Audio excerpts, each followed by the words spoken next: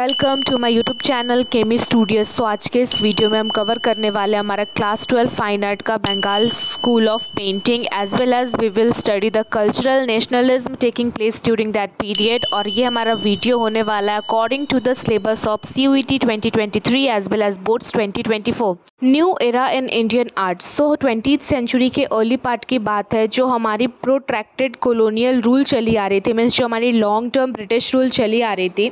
सो Britishers continued प्रोपेगेंडाज use करते रहते थे ताकि वो हमारे इंडियन कल्चर को डिफेम कर सके, उसकी इम्पोर्टेंस को ख़त्म कर सके और जो इंडियंस है उसको उनके खुद के कल्चर्स के खिलाफ भड़का सके और उसको डिफेम करके अपना वो वेस्टर्न कल्चर ला सके, इंडिया में स्टैब्लिश कर सके और वेस्टर्न आर्ट फॉर्म्स को इंट्रोड्यूस कर सके इंडिया। ब्रिटिश क्रिटिक्स और पेंटर्स जो थे ऐसी ऐसी चीज़ें किया करते थे, जैसे पेंटिंग्स बनाया करते थे ताकि जो इंडियन का जो ट्रेडिशनल आर्ट फॉर्म है वो कहीं ना कहीं वेनिस हो जाए और जो उनका वेस्टर्न कल्चर है वो सुपीरियर दिखाया जा सके। और वो इंडियंस जो कि इंग्लिश एजुकेशन ले चुके हैं, वो इंडियंस भी जो थे ब्रिटिश के कंट्रोल में आ चुके थे, मीन्स उनकी पूरा का पूरा उनको ब्रेन वॉश कर दिया गया था, उनको खुद के Indian society culture art form सबके खिलाफ भड़का दिया गया था।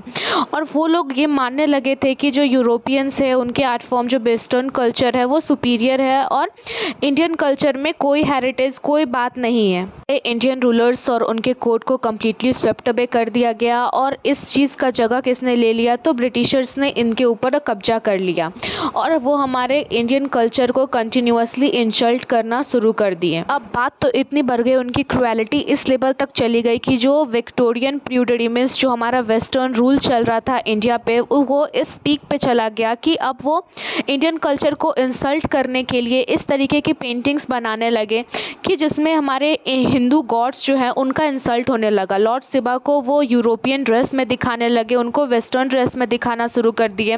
लॉर्ड कृष्णा को फिटन एक टाइप का कार होता है जिसमें कि रूफटॉप ओपन रहता है, ठीक है, वो ड्राइव कर रहे हैं विद फ्रेंड्स। इस टाइप की पेंटिंग्स बना के हमारे गॉड का हमारे इंडियन कल्चर का इंसल्ट करना चालू कर दिया। सिर्फ यूरोपियंस ही नहीं, जो हमारे इंग्लिश एजुकेटेड इंडियंस थे उनकी भी सोच काफ़ी ख़राब हो चुकी थी towards the Indian art and culture. वो लोग भी ये सोचने लगे थे कि जो इंडियन आर्ट है उसमें कुछ भी नहीं रखा है, इंडियन कल्चर में कुछ भी नहीं है, इंडियन आर्ट बस रोमांटिसिज्म के अराउंड रिवॉल्व करता है, उसमें कोई ख़ास बात नहीं है और ना ही उसका कुछ हेरिटेज है। इस टाइप की मेंटालिटी उनकी हो चुकी थी।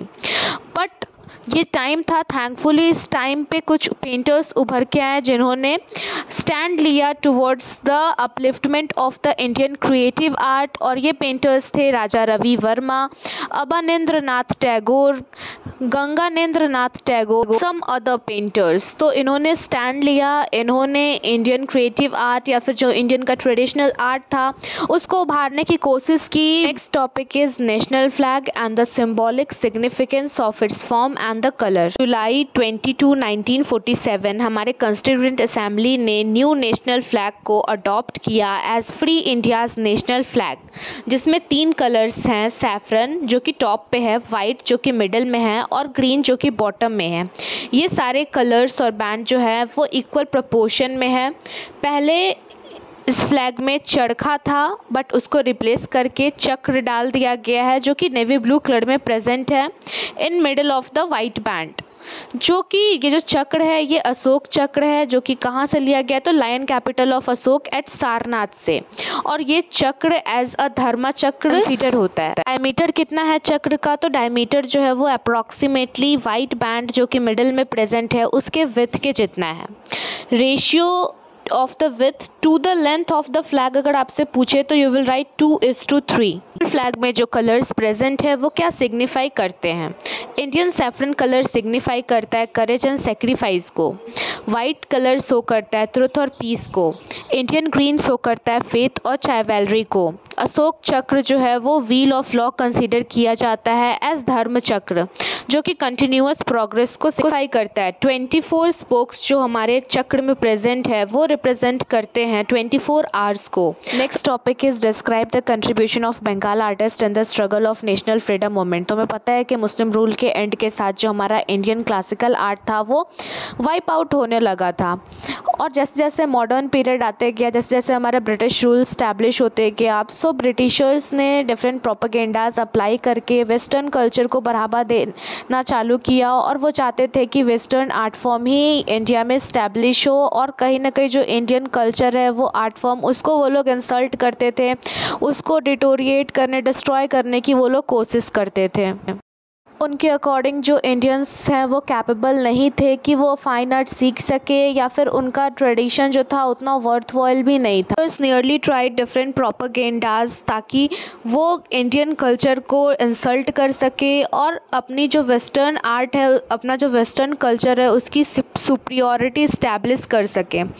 Newly English educated young man nearly God और गॉडेस को मॉन्स्टर समझते थे, उनमें कोई भी रिलीजियस सेंटिमेंट्स बाकी नहीं था और वो वेस्टर्न या फिर ब्रिटिशर्स की तरह ही उनकी सोच हो गई थी। Was the time when few extraordinary gifted artist and painters, ये नाम आपको हाईलाइट करने हैं कि Raja Ravi Varma, Abanindra Nath Tagore, Gaganendra Nath Tagore, Nandalal Bose, artist Kumar Haldar, Samarendra Nath Gupta, assisted by principal EV Havell. ये इंपॉर्टेंट नेम्स है क्योंकि ये वो बंगाल के आर्टिस्ट और पेंटर्स है जिनका काफ़ी कंट्रीब्यूशन रहा है इन इंडियन नेशनल मोमेंट। इन्हीं की वजह से कहीं ना कहीं जो हमारे इंडियन पीपल है उनमें पैट्रियटिज्म की भावना जागी और वो फाइट कर पाए अगेंस्ट द ब्रिटिशर्स और जो हमारा इंडियन आर्ट है वो बचा रह पाया या फिर जो इंडियन कल्चर है वो सेव रह पाया इन्हीं के कंट्रीब्यूशन के कारण। उन्हें न्यू आर्ट स्कूल भी स्टैब्लिश किया जो कि रिप्रेजेंट करता था superiority of Indians over lifeless western painting. ये ग्रेट आर्टिस्ट जो थे इन्होंने काफ़ी मदद की इंडियंस का मॉडल बूस्ट करने में इन इंडियन नेशनल मूवमेंट जो कि स्टार्ट हुआ था 1905 against the partition of Bengal. V Havell along with Abanindra Nath Tagore in 1907 established a school जिसका कि नाम था सोसाइटी ऑफ ओरिएंटल आर्ट और इस सोसाइटी का एम था टू इंकरेज ट्रेडिशनल आर्ट। हर साल ईयरली यहाँ पे आर्ट एग्जीबिशन होता था जिसमें इनकी न्यूबॉर्न जो आर्टिस्ट थे वो अपना पेंटिंग पब्लिश किया करते थे। मंथली बेसिस पे एक मैगज़ीन पब्लिश होता था जिसका कि नाम था प्रवासी और उसमें रिव्यूज़ दिया करते थे या फिर जो उनका पैट्रियटिज्म की भावना थी देश के प्रति इसमें ये आर्टिस्ट अपनी रिव्यूज़ देते थे या फिर कॉमन पीपल भी अलाउड थे इस मैगज़ीन में रिव्यू देने के लिए। Mean time Avanindra Nath Tagore painted a picture of Bharat माता एंड आइथास ऑफ अपर एयर। सो इस दो पेंटिंग्स का नाम आप याद रखिए जो कि किसने बनाया था, तो अवनींद्र नाथ टैगोर ने बनाया था जो कि एक पैट्रियोटिक आर्ट था जिसका कि हर किसी ने तारीफ़ किया था। ये पेंटिंग में क्या देखने को मिला, तो एक ब्यूटीफुल मैजेस्टिक वुमेन है जो कि समुद्र से निकल रही है और उसने ब्लू कलर की साड़ी पहन रखी है और बॉर्डर उस साड़ी का रेड कलर का है और उसने होल्ड कर रखा है पैडी। अब एक new artist I Amrita Shah जिन्होंने अवनींद्र नाथ टैगोर की पेंटिंग भारत माता का मॉडिफाइड वर्जन बनाया विदाउट एनी रोमांटिसिज्म। उस पेंटिंग में रोमांटिसिज्म नहीं था, इवन वो पेंटिंग ज़्यादा ही रियलिस्टिक थी और उसमें भारत माता को एज अ पुअर लेडी दिखाया गया है। उसने दो चाइल्ड को होल्ड कर रखा था, एक न्यूड मेल चाइल्ड उनके लैप में जिसको कि उसने साड़ी से अपने कवर कर रखा था और दूसरी अनदर गर्ल चाइल्ड जो कि खुद एक फटी हुई साड़ी पहने हुए थी। आर्ट जो कि उस टाइम पे काफ़ी प्रेज हुआ वो था पीस डिक्लेयर्ड इन पंजाब जिसको कि बनाया था गगनेंद्र नाथ टैगोर ने।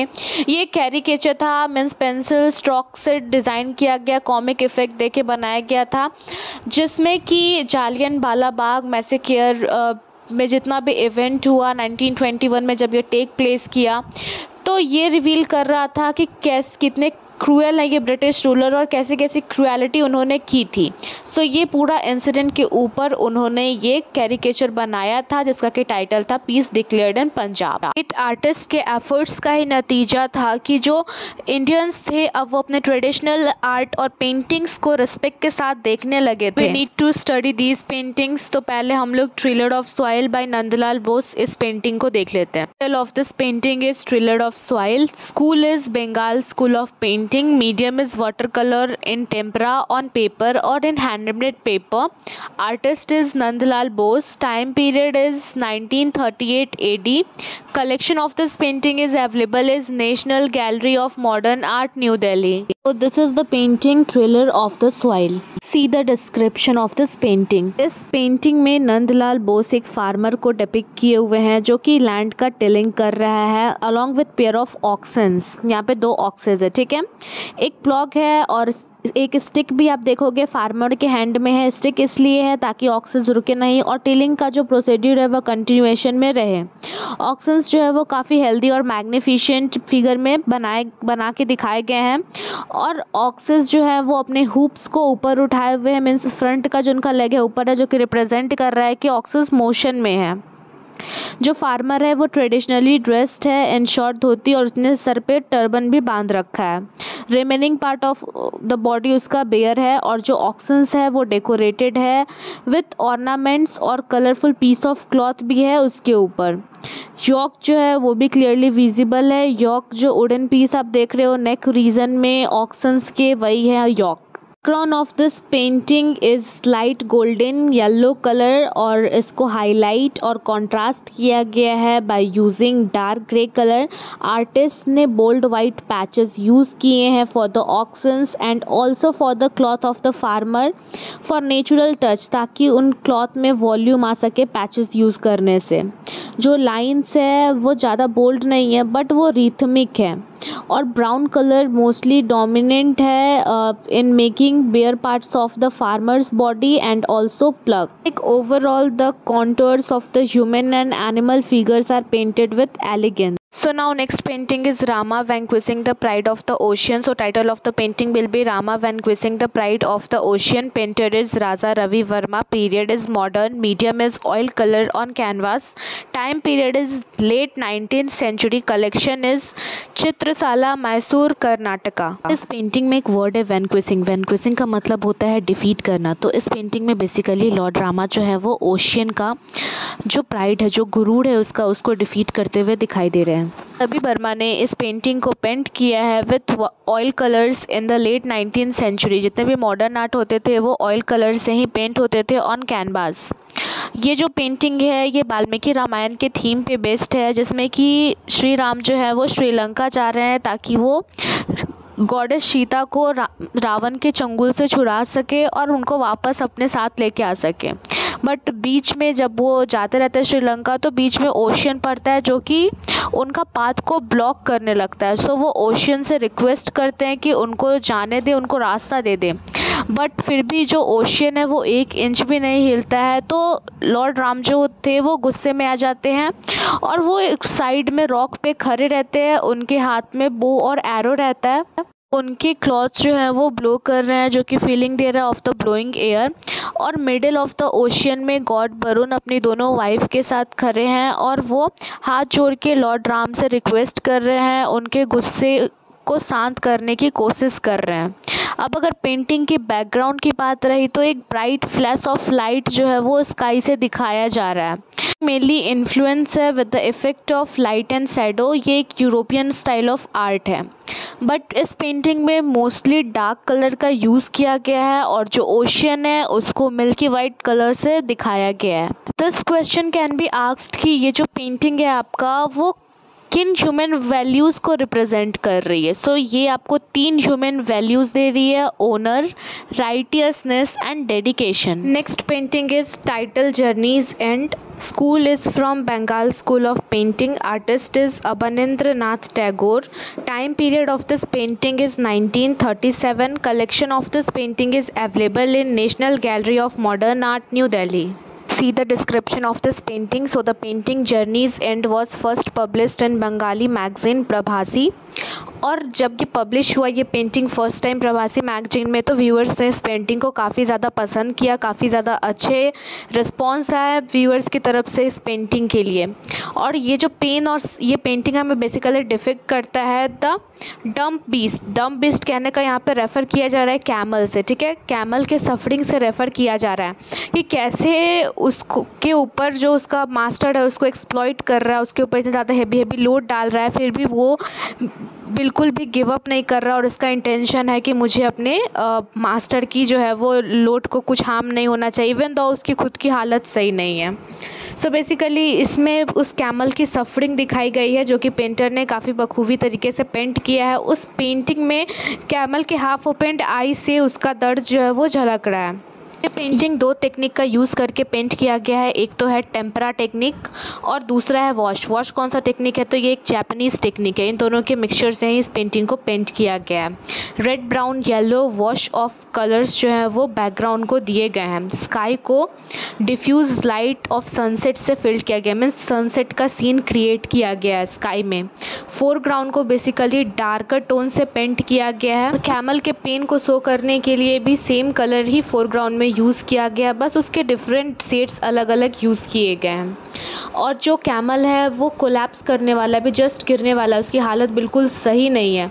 तो जहाँ पे वो कोलैप्स करने वाला है उस एरिया में हल्का सा ब्लू कलर यूज़ किया गया है।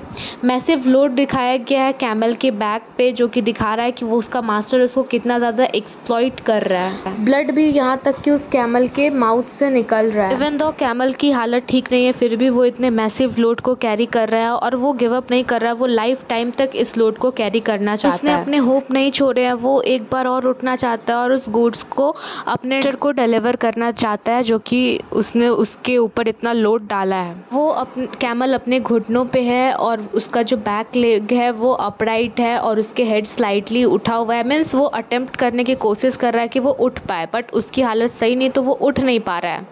सो डे के एंड के साथ ही ये जो सनसेट का टाइम है ये यही डिपिक्ट कर रहा है कि डे के एंड के साथ ही उसके लाइफ की जर्नी भी जो है वो एंड पे आ गई है।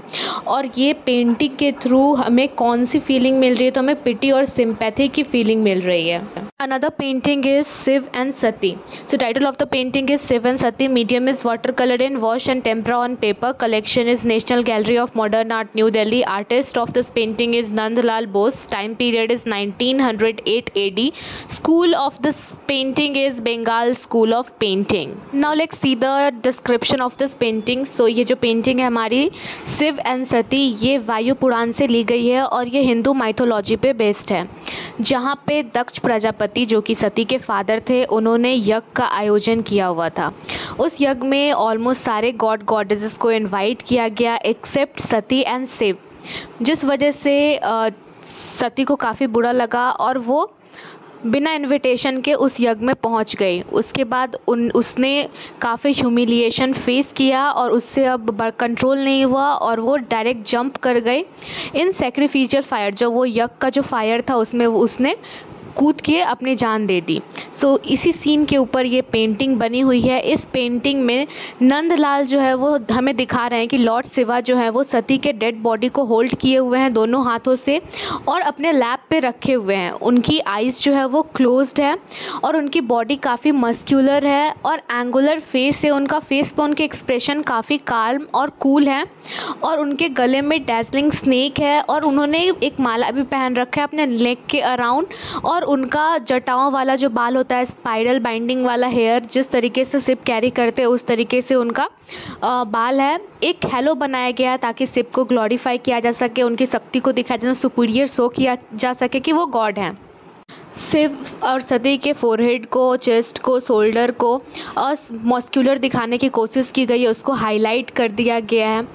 और फोरग्राउंड अगर आप देखोगे तो फोरग्राउंड में पूरा फेंटेड टाइप का डिजीनेस क्रिएट किया गया है ऑफ क्लाउड और बैकग्राउंड जो है वो काफ़ी ज़्यादा वाइड है, काफ़ी स्पेशियस है और जो कलर कंपोजिशन है वो यूनिफॉर्म रखा गया है। कलर जो मोस्टली यूज़ किए गए हैं वो है ब्राउन, सेपिया, येलो ऑकर जो कि क्रिएट कर रहा है monochromatic effect. Monochromatic effect means single set का यूज़ करके पूरी पेंटिंग को क्रिएट किया गया है। ये मोनोक्रोमैटिक इफेक्ट हमें mural painting of agenda frescoes की याद दिलाता है। Next painting is Ras Leela. Title of the painting is Ras Leela. Artist is Chitendra Nath Mazumdar.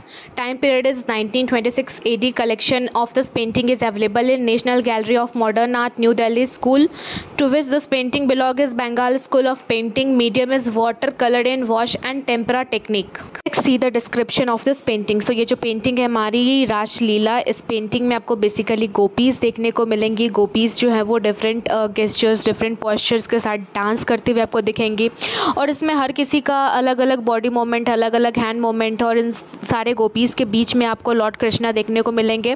Painting में उनको काफ़ी हाईलाइट करके दिखाया गया है कि हाँ बीच में लॉर्ड कृष्णा प्रेजेंट है। उनको गोल्डन शाइनिंग से रिप्रेजेंट किया गया है कि आपको ये ब्राइट येलो कलर से आपको बीच में आपको लॉर्ड कृष्णा दिखेंगे और सबका रिथमिक स्टेप्स है। उनके फेस पे डेलिकेट स्माइल बना हुआ है सारे फिगर्स के और जो गोपीज़ है उनके फोरहेड पे विस्प ऑफ उनके हेयर आ रहे हैं। नॉट उनकी जो चोटी है वो उन्होंने बना रखे हैं। गारमेंट उनके काफ़ी ढीले ढाले से हैं।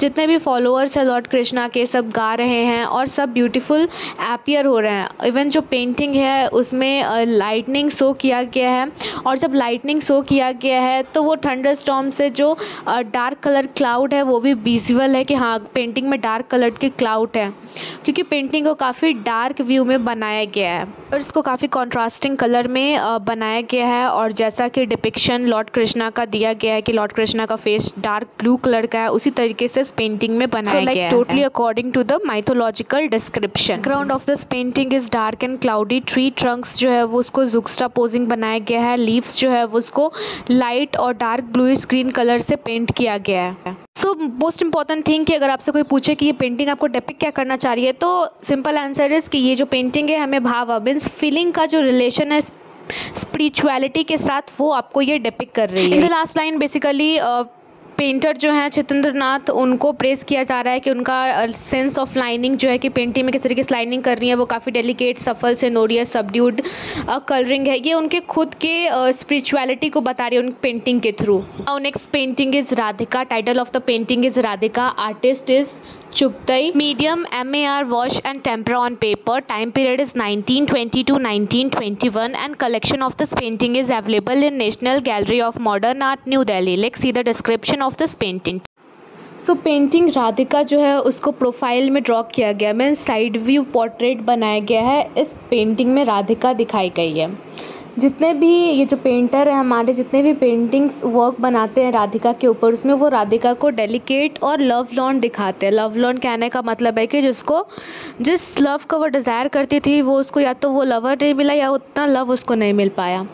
पोस्चर्स जो है वो रोमांटिक क्रिएट किया गया है। वो डेलिकेटली दो लोटस को होल्ड की हुई है दोनों हाथों में और राधिका जो है वो लाइट वॉयलेट कलर का घाघरा पहनी हुई है, रेड कलर का चोली पहनी हुई है, येलो कलर का दुपट्टा पहनी हुई है और दुपट्टा जो है वो टिपिकल इंडियन स्टाइल का है। उसकी जो ब्लैक कलर की चोटी है वो उसके बैक से फ्लो डाउन कर रही है और उसकी आईज डाउन का स्टेमन्स थोड़े झुके झुके से हैं, मुरझाए हुए से, और जो उसका आईब्रो है वो आर्क्ड शेप का है। ऑर्नामेंट्स जो भी राधिका ने पहना है वो क्या है तो पर्ल नेकलेस पहन रखा है, पेंडेंट पहन रखा है, गोल्ड पहन रखा है, ग्लास बैंगल्स और रिंग्स पहन रखी है। जो आर्टिस्ट है वो सक्सीड किए, काफ़ी अच्छी तरीके से वो क्रिएट कर पाए हैं of the impression of Radhika being delicate, flexible and graceful. Side में आप अगर लेफ़्ट साइड देखोगे पेंटिंग के तो लैम्प रखा हुआ है विथ अ स्टैंड जो कि मुगल मैनर को रिप्रेजेंट कर रहा है। जो है वो काफ़ी डेकोरेटेड है और लैम्प के जो पीक है वो येलो और रेड कलर से ड्रॉ किए गए हैं जो कि उसको काफ़ी रियलिस्टिक टच दे रहा है। जो लैम्प से जो लाइट निकल रहा है वो राधिका पे इल्यूमिनेट कर रहा है जो कि राधिका के इमेज को एक डिवाइनिटी का टच दे रहा है। ब्लैक, रेड, येलो कलर का ब्लेंड करके उसको अच्छी तरीके से यूज़ करके बैकग्राउंड बनाया गया है जो कि दिखाया जा रहा है कि ब्राइट कलर का यूज़ करके भी जो आर्टिस्ट है उसने ओवरऑल कंपोजिशन को यूनिफॉर्म और टोनल तरीके से आर्टिस्ट ने जो ब्राइटनेस इम्पार्ट हो रहा है वो बर्निंग लैम्प से उसको अपने पेंटिंग में बना के दिखाया है कि किस तरीके से लाइट इल्यूमिनेट हो रहा है। वो एक one of the remarkable achievement है उस आर्टिस्ट का। It's really hard to create that view. और जितने भी छोटे छोटे डिटेल्स हैं, कॉस्ट्यूम्स के हो गए, फ्लावर का हो गया, जो ड्रैपरी उसका हो गया, कोई भी डिटेल मिस नहीं हुई है। अच्छी तरीके से हाईलाइट करके आर्टिस्ट ने उस राधिका पेंटिंग में बनाया है। और जो राधिका दोनों हाथों में जो लोटस होल्ड कर रही है वो सिंबॉलिक रिप्रेजेंटेशन है of a delicacy. 3 to 4 paintings are still left, but I will upload it in the part 2.